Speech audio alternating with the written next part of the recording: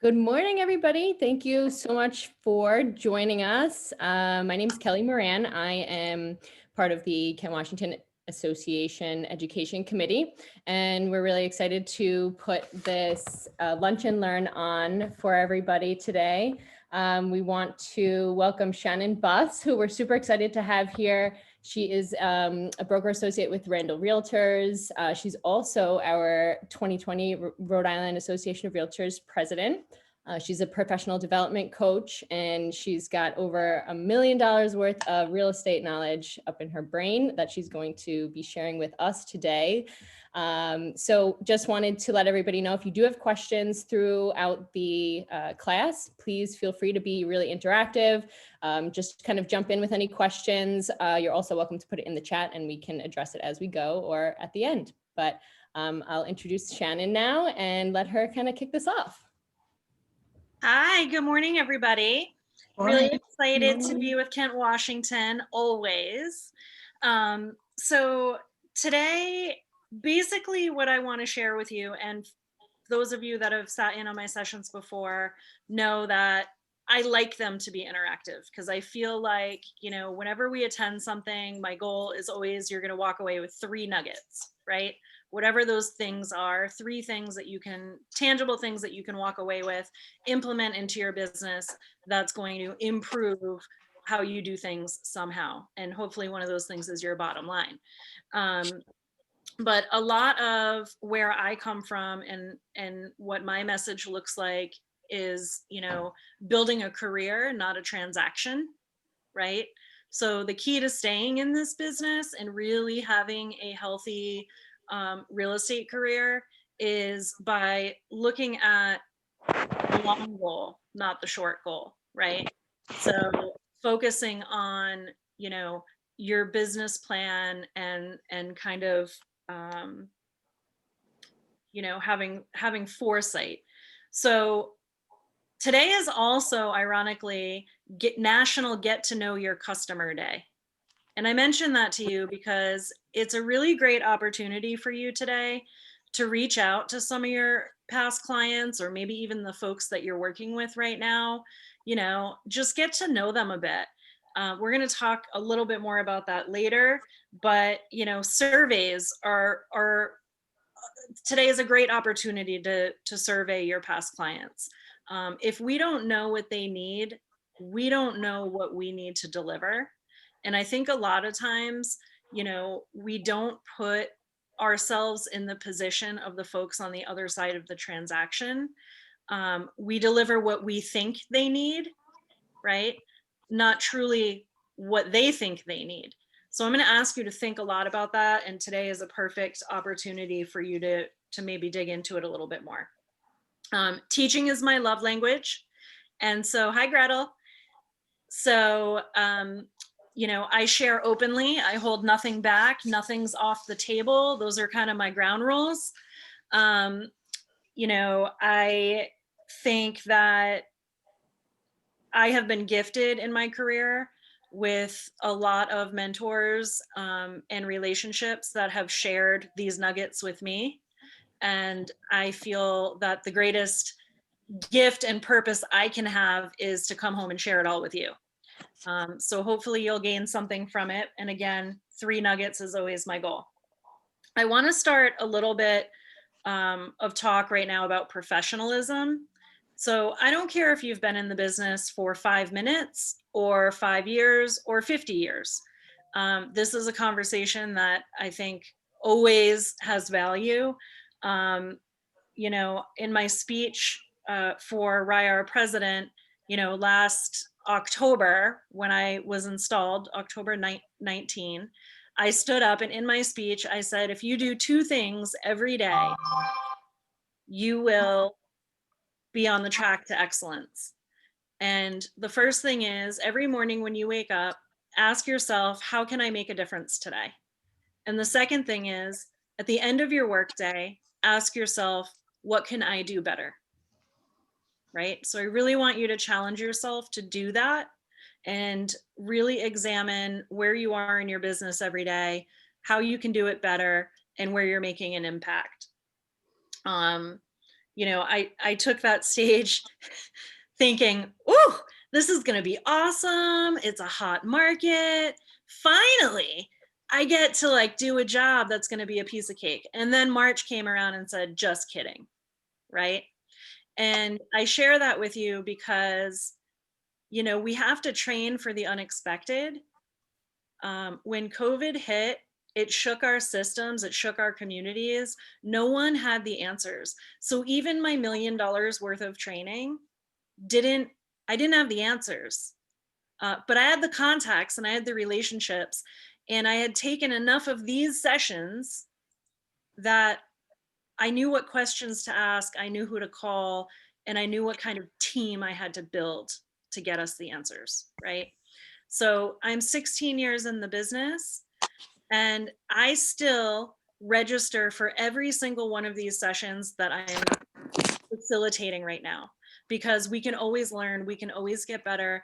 And by the way, this business changes by the minute. So the second that we stop learning, we become insignificant, truly. Okay? So there's no finish line in real estate, right? It's a continual path of education and experience. So my advice to you is keep plugging in, keep showing up. That's the best thing that you can do for yourself. If you take a class and you walk away with one thing, that's a good use of your time. Okay. Um, so anyways, number one, and I'm seeing a lot of this, and I'm seeing a lot of jokes about it, and that's cool. Like I joke about it too, but we're on Zoom, we live on Zoom now. This is our life for the foreseeable future, and probably forever, since we expect that there'll be some hybrid form of education and service to our clients. Um, Dress for the job that you want, right? I We wake up unemployed every single day of our career for the most part. And if you think about it that way, every conversation, every meeting that you have with a client is an interview, right? Even if you have a listing contract, even if you have a buyer's contract, your service is still part of that interview process, because by the end of it, if they're not happy, they're not going to refer you future business, or their friends or their family. So dress for the job, at least from the waist up. You know what I mean? I flew for 25 hours yesterday. I still, made an effort for you guys today, because I feel like it's a sign of respect, and it shows that I want to be here. It's a small thing, and I hear a lot in the field like, "Oh, that's not how we practice. We wear our flip-flops and our shorts and maybe I'm a little old school, but I know this. There's a lot of competition. There's fierce competition right now, to get listings, right? And to make an impression. And I was taught by my dad, you only have one shot at making an impression, and presentation is everything. And how we present ourselves is all part of that too. So be prepared. Okay. We have to be ready to shift, of course, but preparation is so important, you guys. The last couple listing, I also sell. So I've seen a few of you. Maura and I had a nice conversation the other day, and she actually threw me a bone while I was in Alaska trying to help a client. But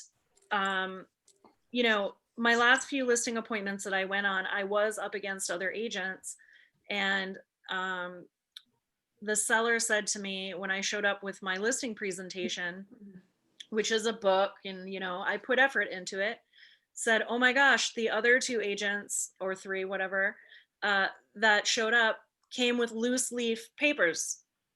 Like, it was a hot mess, right?"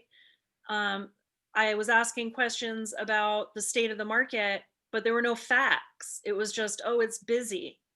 Well, what does busy mean? That's subjective, isn't it?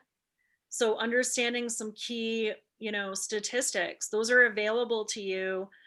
Every month on the 10th of the month, RIAR pulls statistics from all of our communities. And there's 3 really great one sheets that you can print and use in your presentations with your clients, or even email them out to your past clients in your sphere once a month. Here's what you need to know. Here's what it looks like. If you go to rhodeislandrealtors.org, at the very top, you click on resources, and then you click on market statistics. Okay, our PR firm makes some really nice sheets with infographics and everything that shows you, days on market, inventory amounts, all these key talking points that will make you look like a professional. Presentation is everything. Wow them, right? Everything that we present to a client should be a work of art. Okay. We are still in sales. And on that note, I want to share with you, it's important to treat everyone the same, and I'm not talking about diversity because this has been a huge topic of discussion this year. What I'm talking about, and I'll give you an example, is I have a leather book that's branded that I use for all my client presentations, right? I have 2 people in my life, one I went to college with, one I worked with. They ended up getting married. They know everybody in town, so I never miss a party when they have one, right? Every time they have a party, I sell a house, and I know this. But I was at one of their parties one night, and sorry, please mute if you're not getting ready to add something to the talk. Thanks. So I'm at their party one night, and I had just recently done a buyer consultation with someone at the party, and they said, I heard them talking to someone else, and they said, "Oh my gosh, you should see this book Shannon put together for us. It was like incredible, blah, blah, blah, blah, blah." Right? Like, again, talking points. These are the things we want them to say when we're not in the room. I just happened to be there. Well, the couple that they were talking to, I sold a house for. And they said, "Oh my God," they got offended. "Oh my God, I never got one of those books." Well, I didn't have those books at the time that I worked with them, which is why they didn't get one. But lesson learned, everybody wants the same service, right? So even if I'm doing a listing presentation for my mom, who she's obligated to love me, she still gets the leather book, because when I'm not in the room, I need to arm my mother with those talking points so that when she's out there in the public trying to make my phone ring, right? She's talking about the things that I want her to talk about, right? So treat everyone the same. Everyone gets the same service. I have clients that come to me all the time and they say, "Oh, don't worry about it, Shannon, just skip through. I've bought, 5 houses before." I totally get it. And work with me here because you've never bought one with me. And I'm sorry if some of this is repeat information, but my biggest fear in my career is for you to call me one day and say, "Shannon, you should have told me so," right? So I am removing that opportunity altogether, and everyone gets the same presentation.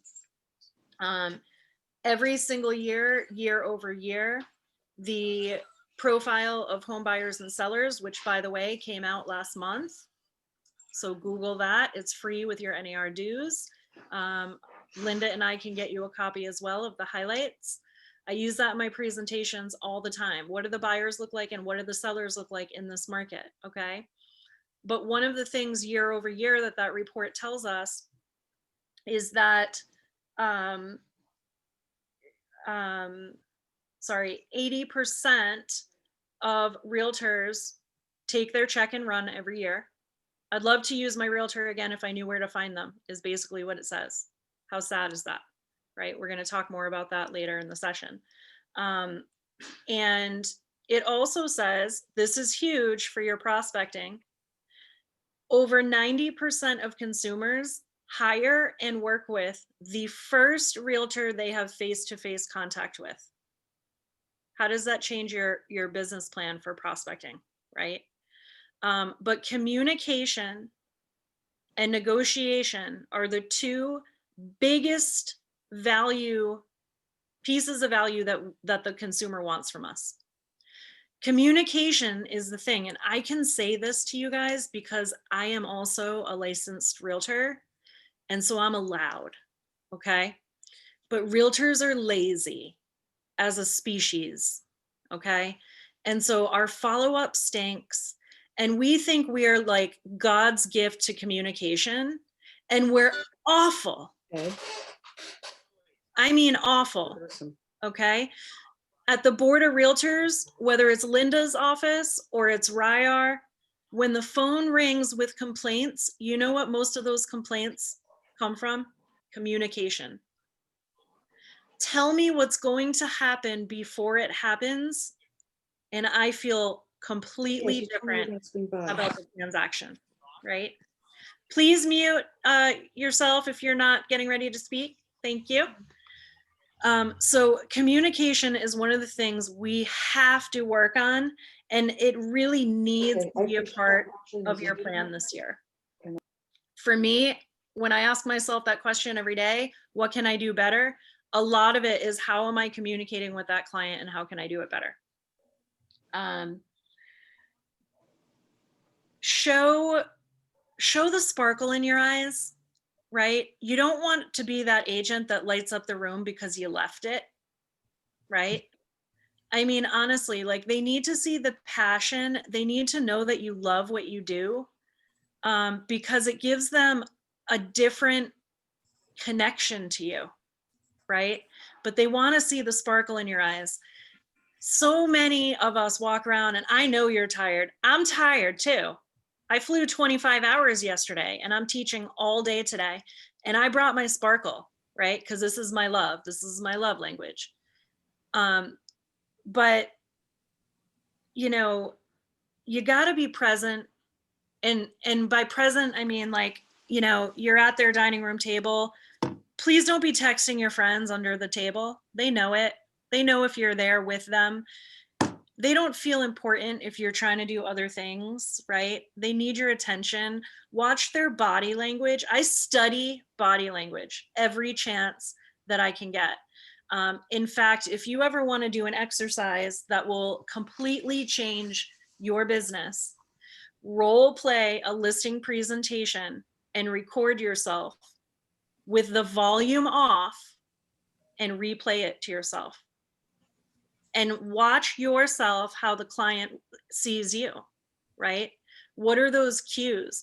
So, you know, if I'm at a networking event and I'm looking, you know, does the person I'm talking to have their feet pointed towards the door? That means they're done talking to me, right?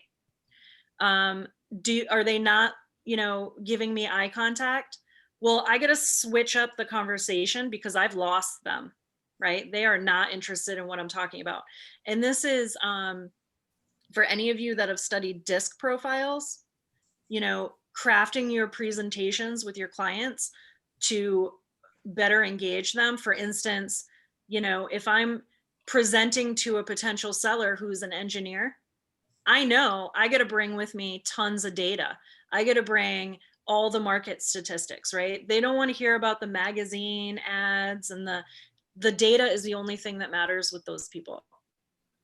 If you're presenting to me so that I'll list my house with you, you got to talk to me about like the open house cookies and, you know, the pretty things and like, you know, Stop it. how can I, you know, the letter I write to the buyers about the things I love in my house. And that's my personality, right? But when you're one-on-one with someone and you're presenting to them, that body language is really going to tell you how to shift your conversations and keep them engaged. It's a life-changing, career-changing skill. Okay. So DISC personality tests. If you are not familiar, go on the Tony Robbins website. He has a free one. In the chat, I'm also going to blow your mind right now. Work with me. There is, and this is a fairly new app, which is free, that you can plug in your clients or you know, if I'm having a leadership meeting with Agata, hi Agata, you know, and I don't know her well, I can plug her information into this app and it will tell me what her personality profile is based on big data. What? Like, that's huge, right? So if I have a seller or a buyer that I'm getting ready to meet with and I don't know them, maybe they were referred to me or maybe it was a cold call, I can put their name into this system and get a sense for what their personality profiling is. So I know how to tailor my presentation to them so that it's more appealing, right? That's a game changer, you guys. That's skill, okay? And that's definitely being top of your game in sales. Excuse me for a second, I need some caffeine. Here's a huge one. Huge, huge, huge, huge. And this is the thing I got to work on constantly, being on time. Okay.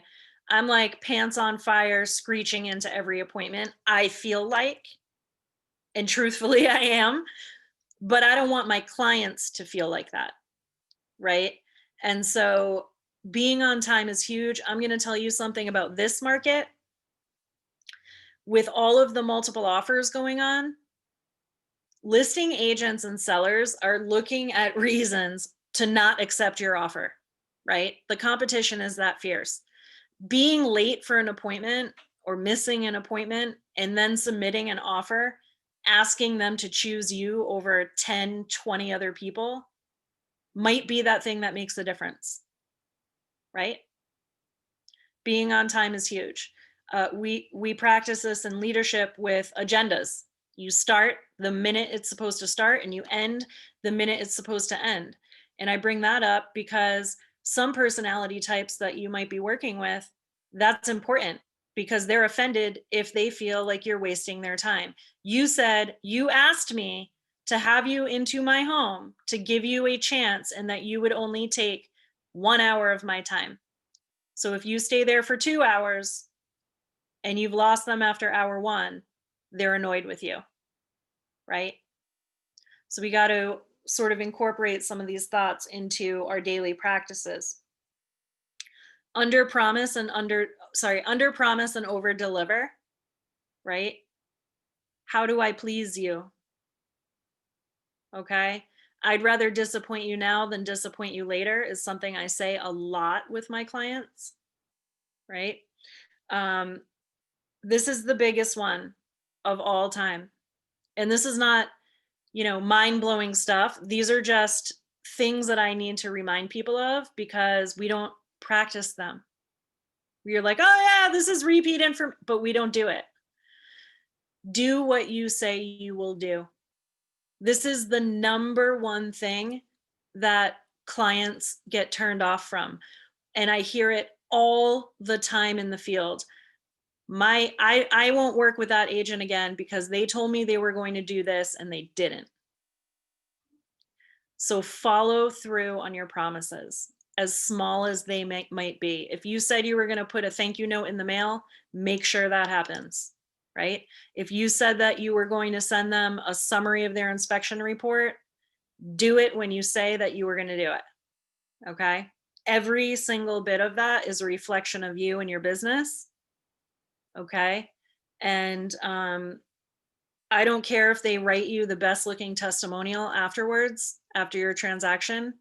That might not be what they say in a room full of people when you're not there.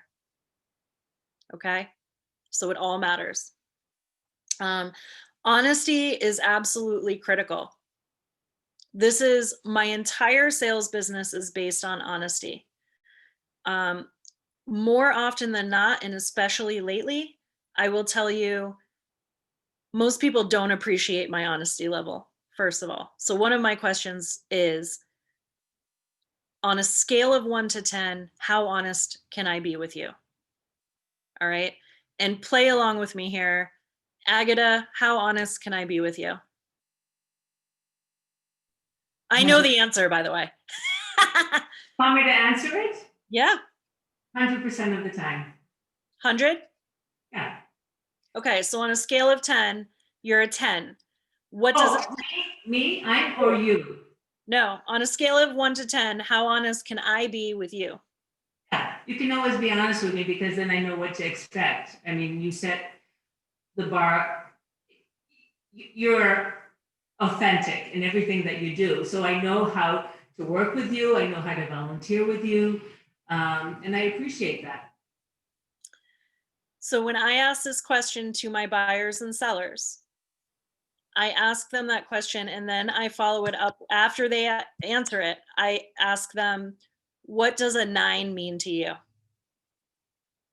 Like, seriously, like, do I need to sugarcoat my answers so that I don't offend you? Or can I put it on the table just how it is, bluntly? Like, how do you want me to deliver news to you? Right? Because that matters too. Shannon, Yes. so that pertains to both buyers and sellers, correct? 100%. That pertains to everyone in my life, right? These are all life skills, you guys. Everything that I've learned in leadership has actually made me the human that I am, right? It's made me a better mom. It's made me a better daughter. I mean, truly, I would be a different person if I didn't have this training. But so honesty, when I'm coaching agents, a lot of them, the fear is, they'll hold back with clients a lot of times because there's fear that, oh my gosh, if I'm too honest, I'll lose the business, right?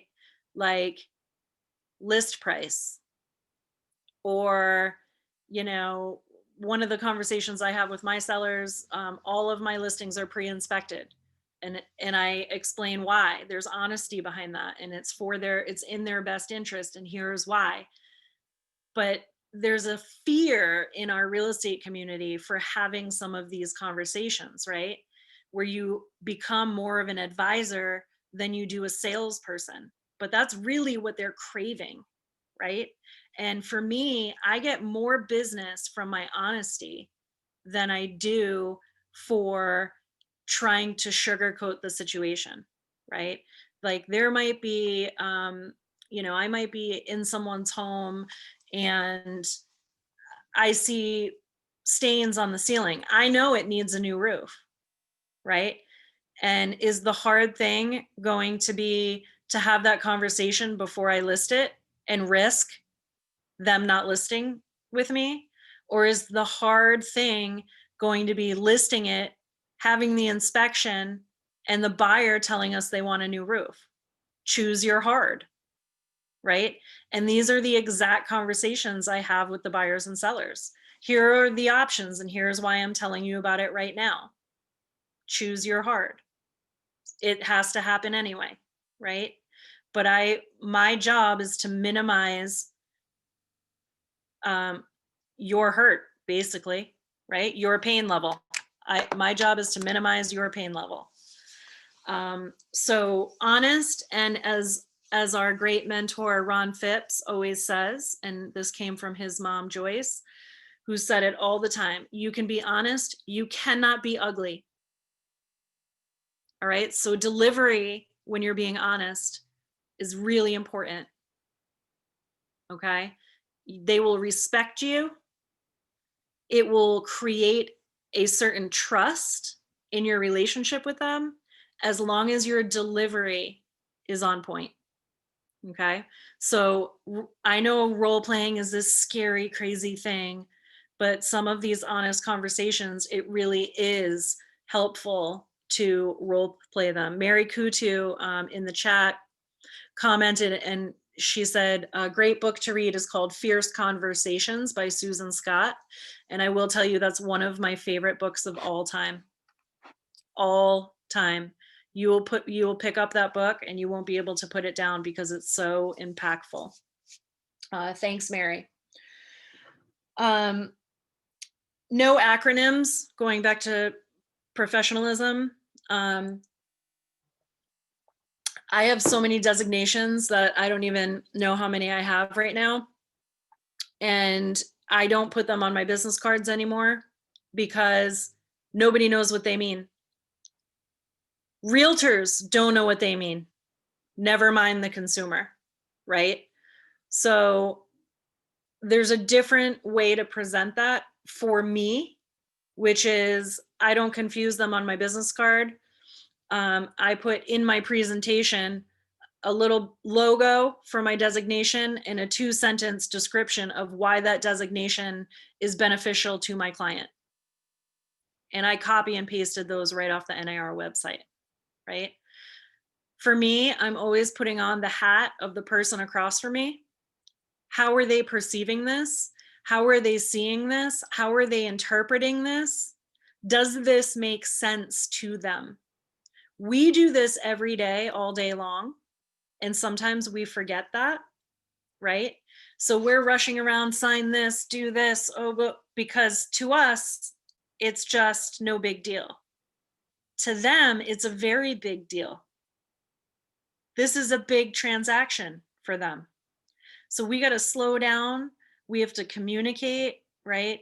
One of the biggest complaints in Rhode Island last year, believe it or not, is that agents weren't reviewing contracts with their clients before asking them to sign.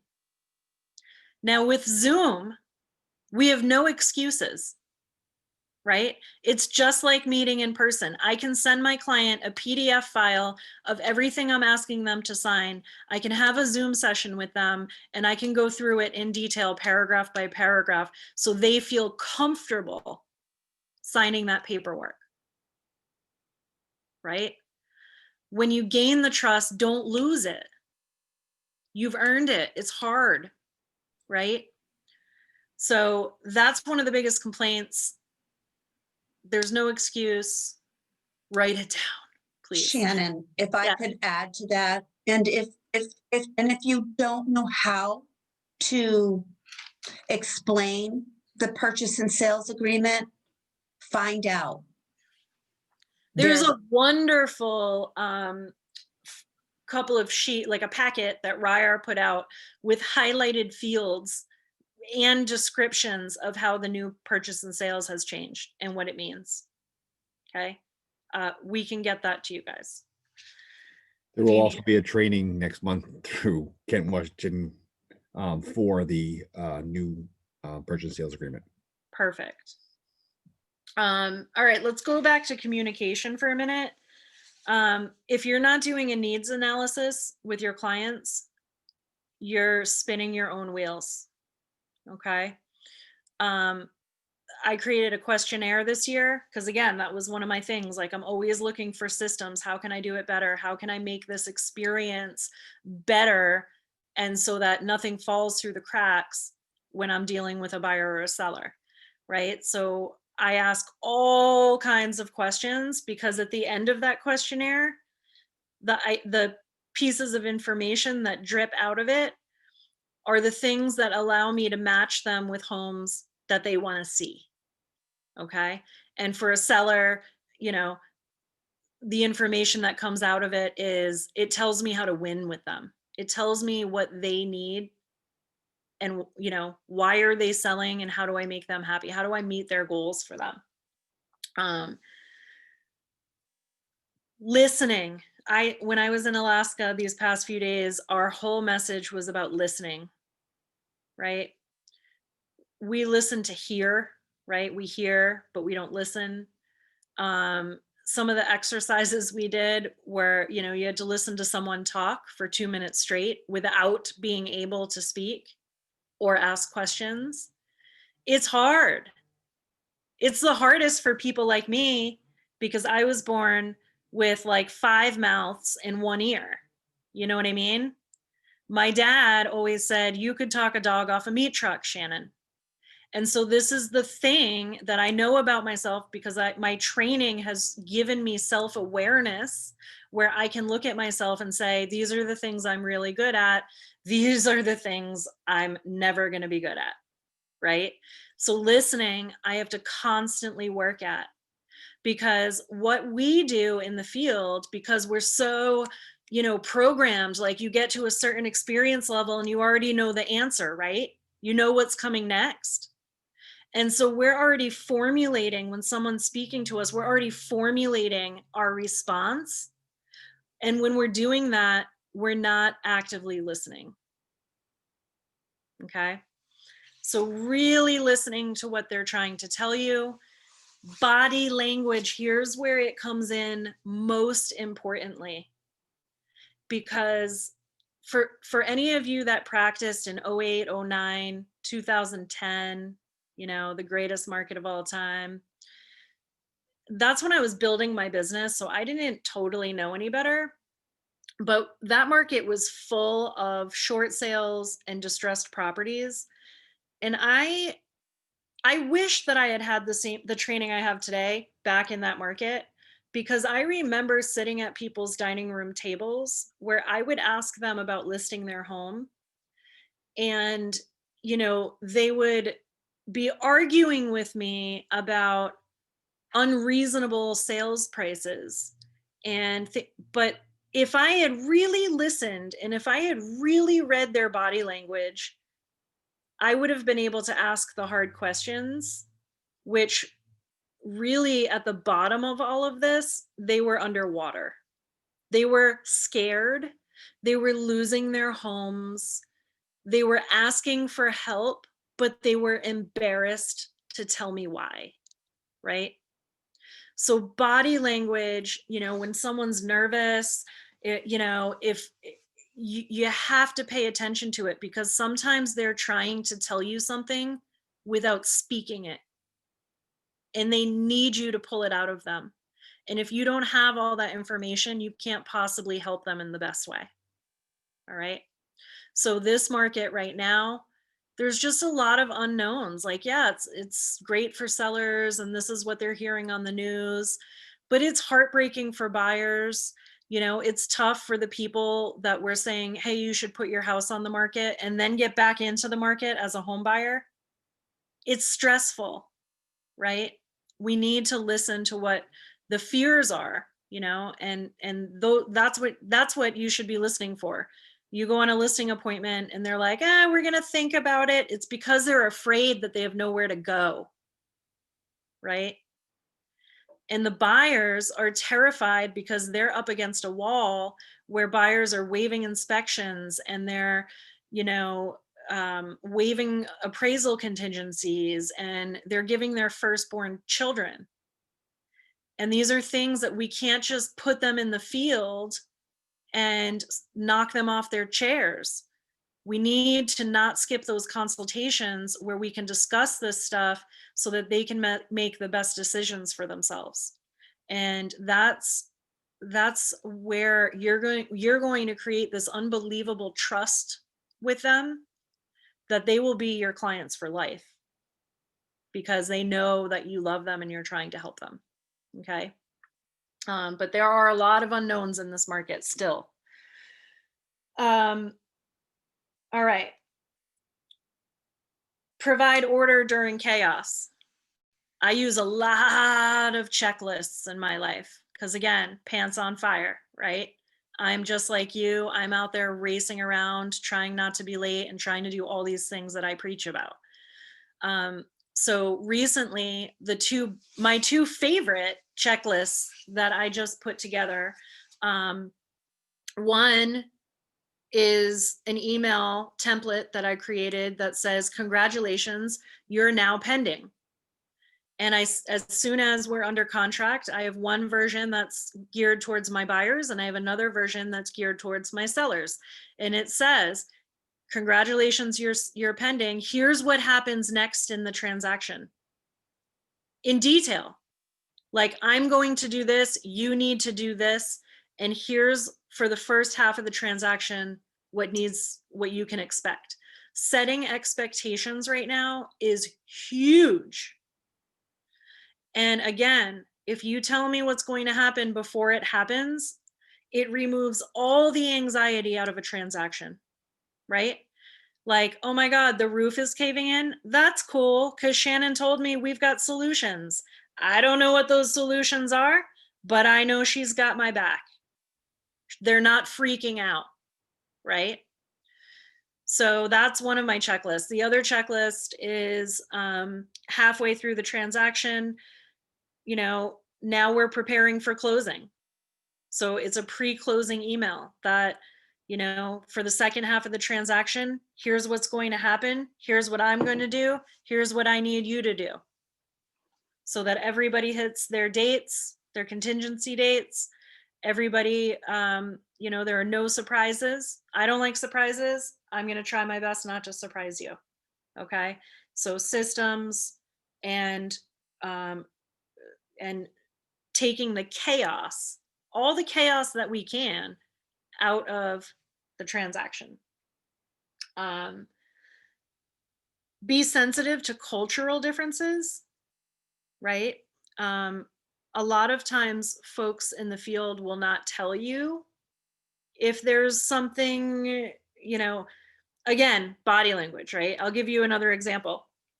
My outlaw, which is my mother-in-law, is a 92-year-old old school Japanese woman, right? If she doesn't like you, you know, because she pretends she doesn't speak English. Okay. But here's the thing. If I didn't know this and she invited me to her home to list it, I would lose immediately, right? When you walk into her home, there is a basket filled with brand new slippers.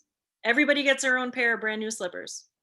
She will never tell you there are no shoes in my house, but it is a Japanese, you know, it is a cultural difference in Japan. They do not wear shoes in the house. And so she will never tell you to take off your shoes. But if you wear shoes in her house, you will never, ever get her business, right? And another piece of that is she considers it rude. You should have seen the slippers because I put them there so you would see them. It would be rude for me to have to tell you. So she won't, right? Yesterday, I'll give you sort of a totally different example. Yesterday, my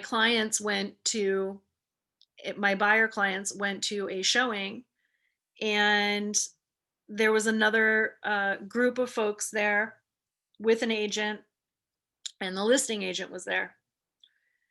The listing agent and the other agent started speaking to each other in Spanish about my client. So my client let them finish and then replied in Spanish. So they're not going to be buying that home. But you just do not know. And I love my sassy little buyer. She is, oh, I just love her. You know, she called me with that story. I was like, yes. But, you know, this is the stuff. This is professionalism, right? Like, who do you think you are? So anyways, we got to be careful. This is a relationship business. So this is the thing that we need to work on the most, right? Is building those relationships. Now, this is my session, so I say that. My dad used to be a trainer, and my father worked with all for sale by owners and expired listings. That's the only people he ever worked with. And he would tell you that we're in the appointment business, right? Without the appointment, nothing else happens. So depending on your personality type, I throw out both to you. If you're trying to hit numbers and that's how you identify success, then you're in the appointment business, right? Getting the most appointments is what's going to get you to your goal. For me and my personality, it's a relationship business, because the more people, the more smiles that leave my office, the more times my phone ring, right? And my business will always be fruitful if I'm creating clients for life and raving fans. Okay. All right, let's move on to the art of selling. Couple nuggets. I'm going to share with you guys an article that is about to change my life, called How 50 Cups of Coffee Can Change Your Life. And I will tell you right now that this does not mean it has to be all buyers and sellers. It means that whenever you're looking to make a change in your business or your life, it is important to have random conversations with people. I do this all the time because it gets me thinking in different directions. It brings different perspectives to my life and my business. I do it with past clients. I do it with my pals in leadership. I do it with our staff members. I do it with anyone that's willing to sit down with me and give me their time, right? And if I could be one of those 50 cups of coffee for you, I am always honored to do that. And, you know, again, nothing's off the table, and whatever you want to pick out of my brain, I will open it up to you. But please read that article. It's really impactful. It really, your appointments, your relationships with your clients, the first thing that you need to ask yourself is, what is my value, right? When you take business planning courses, all of this, they talk about your value proposition, right? I think of it like this. I'm in normal life, conferences all the time. All the time. I'm traveling a few times a month, always. And when I'm at a conference with 20,000 people and I get into an elevator, I've got 30 seconds to sell myself to that other person so that they remember me, right? And know who I am and where I do business, right? It's kind of the same. Probably twice in my career, sellers have put me on the spot and asked me this question. But even if they didn't, I still need to know how to answer it, right? Why should I hire you? And if you don't know how to answer that question, you need to get to work. That's your number one piece of homework. Why should I hire you? What do you do differently than every other realtor in the state of Rhode Island? And by the way, there's about 6,000 of us. Okay. And ask yourself this question too. What can you do for me that Google can't? Right? Because right now, our clients can go on to Google and find pretty much anything they need. So you need to be able to answer that question so that you're able to communicate your value to that potential client. Why am I different? Why do you need me? What can I do for you that Google can't? Okay. And keep in mind, negotiations and communication are the top two. Okay. A lot of times every time I ask my clients, it's actually in my needs analysis questionnaire, what are the top 3 things that you need from me? So then I know how to not fail, right? I also ask, if you've worked with an agent, and I don't want to know their name, I'm not here to bash anybody, right? We're all different. If you've ever worked with an agent before, what didn't work for you? Because you're here with me now, so I know that something happened that caused you to shift gears, right? So now I know what are the hot buttons that I absolutely cannot do. Those things cannot happen, right?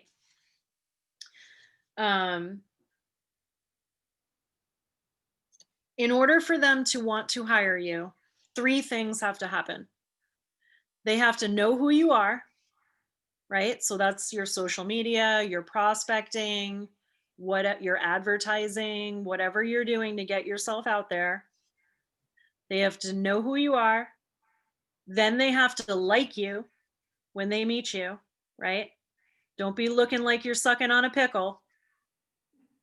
And 3, they need to trust you. And that's going to be your consultations. That your consultations are your opportunity to wow them. and tell them and show them. Showing over telling is huge.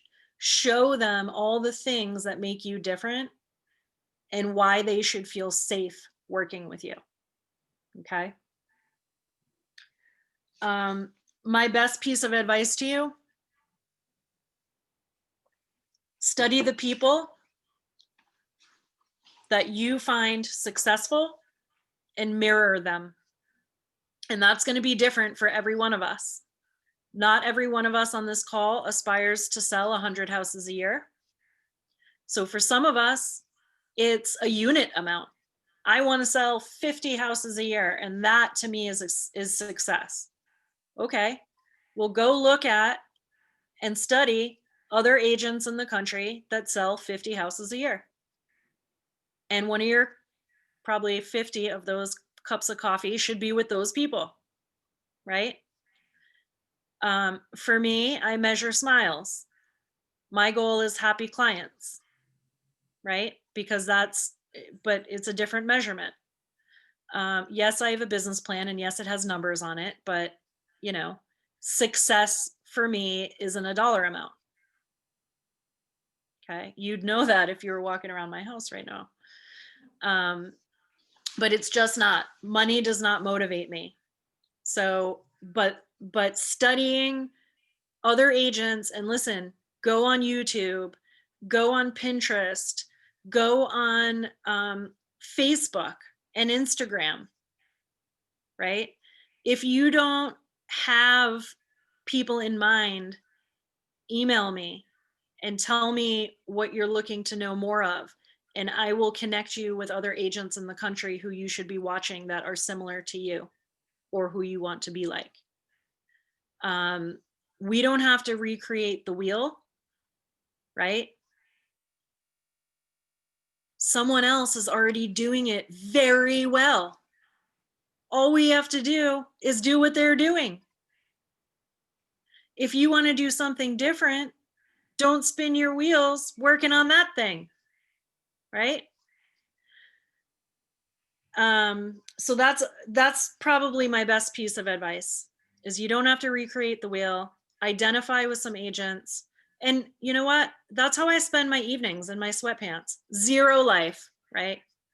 Zero. But this is my love, is I just Google stuff. I go on Pinterest and I search all different topics. You know, I'm writing a session like this. A lot of it's experience, but a lot of it I just find online, you know? Other people's templates. I want to put together a questionnaire. Okay, I Google, you know, buyer needs analysis questionnaire, and a bunch of examples come up, and I pick and choose one thing from this list, one thing from this list, and I make it my own, right? Google is your friend, but it takes time. You have to invest, okay? My other piece of advice is look for the helpers, right? There are people in this business like me, and I hope that's how you see me, that want to help you.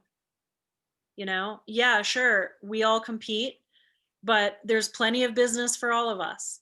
And I would much rather be on this session with you, giving you pieces of advice to make your business better and stronger and more skillful, so that when you come to my listing and present me with an offer, it's an offer I want to be looking at, right? Or you're that agent that's never going to speak Spanish in front of my Spanish speaking client. You understand? We all benefit when we share. Okay. And think about, this is so big right now, you guys. Think about your message, right? Social media is such a beautiful thing. It can also be a cesspool. Let's be honest. Enough with the, oh, I'm number one with this, I won this, the blah, blah, blah, blah, blah, blah, blah, blah, blah. It says nothing about who you are as a realtor, how you help clients, what makes you different. They don't know what any of that stuff means, and they don't care. Good for you. You sold 10 houses this month. How does that benefit me? Because it doesn't tell me you could be a cutthroat, whatever. And that's how you sold 10 houses this month. But that might not be the thing I'm shopping for, right? Use your social media as a tool to tell your story and who you are as a human. Why who you are as a human is a benefit to the buyers and the sellers out there, right? What skill set do you have that sets you above your competition? Study your competitors and do what they're not doing. That's how you be different. It's not throwing people under the bus. It's studying your marketplace and filling in the holes that need filling. That's how you be different, right? It's how you make your mark. But social media, so much of what I see on there, it's me, me, me, me, me. And it's nothing about you. And in our code of ethics, it says everything that we do is about the consumer, right? I'm talking now a lot about what are the things that I use in my business and why is it impactful for the client? Like, why do I believe that doing a pre-home inspection is important to market preparation? Why is market preparation critical before putting your house on the market? What are the improvements and upgrades that you should be considering during quarantine while everybody is working on their homes, right? It could be anything. What are the hottest paint colors of the year, right? Think about what news and information they would find useful and why they are going to look at you like an expert. Like, I need to trust you, right? So now I know who you are. I need to like you. So is what you're putting out there into the world likable? Or are you a show off? Right? And then I need to trust you. So all this stuff that you're putting out there and the story that you're telling, do I feel safe with you? Do I feel like you care about me and my bottom line, right? If I'm selling. So think about that and think about what message you're putting out there. It's not your party, it's theirs. Okay? Different way to think about it. You want to be memorable for the right reasons. Okay? Now I got to hop onto another Zoom. But I want to take any questions real quick that you guys might have. And what I will say is one more thing. And maybe you'll go back and add some things to your business plans after this, I hope. Change the plan, never the goal, right? This year we had a lot of shifts, a lot of pivots. I can't wait to not ever use those words again, but we did. And we're in one of the most incredible real estate markets we've ever seen. But make sure that if you're not at the number you want to be, or you're not happy with where you are in your goals right now, you shift the plan, not the goal. Don't give up on your goals. Okay. Thanks for having me today. Shannon, I have a question. Yes. Good afternoon. With respect to your communication skills, et cetera, do you communicate, you had mentioned that you communicate primarily by email to your clients and customers. No. No? I have checklists and things that I email to them so they have copies of them. But actually I'm 44 years old, trapped in the body of like a 150-year-old lady. I'm very old fashioned and I like picking up the 10,000 pound receiver. Okay. And another reason, John, is because this market is very stressful right now. I need them to hear the tone in my voice. And this is with my co-brokes too. I need them to hear the tone in my voice. I need them to know that I've got them, right? You can't, so many emails and text messages can be interpreted differently. And if you're in a stressful situation, It's critical that you pick up that phone. Don't keep going back and forth, back and forth. All you're doing is festering the anxiety. Okay? So in other words, try to avoid text messaging as much. Just pick up the phone. I like that. Thank you for that. That's very important. Yes. You can call me anytime. I always pick up. I'm gonna test you. Any other questions, you guys? Anything that you want to add? All right. Well, I hope you all got a few nuggets today. Amazing. And I look forward to seeing you all in the field. Thank you so much, Shannon. Shannon, Thanks, thank you everybody, for so coming. much. We really appreciate all the beautiful words and advice that you provided. Thank you. Great. My pleasure. Thank you, Thank you, Shannon. Bye, Always a Kelly. pleasure. Appreciate it. Bye Bye, now. Nadia. Bye, everyone. Bye. Yeah, thank you. It was amazing. Bye, everyone. Be safe. Hi, Thanks, Linda. John. Thank you, Thanks, Linda. John. It's You're good to welcome, see my you. friend. Same here, my friend. Okay. Thank you very much. I appreciate all the information. Oh, my gosh. Thank you, Kelly. Thank you, Anthony. Thank Very you. powerful. We had a good turnout today. Yeah. Excellent. So I'll see you guys at our next meeting, perhaps. Yeah. All right, Thank you. Kelly. I don't Bye-bye. like the word, I don't like Goodbye. perhaps, Kelly. Huh? I don't like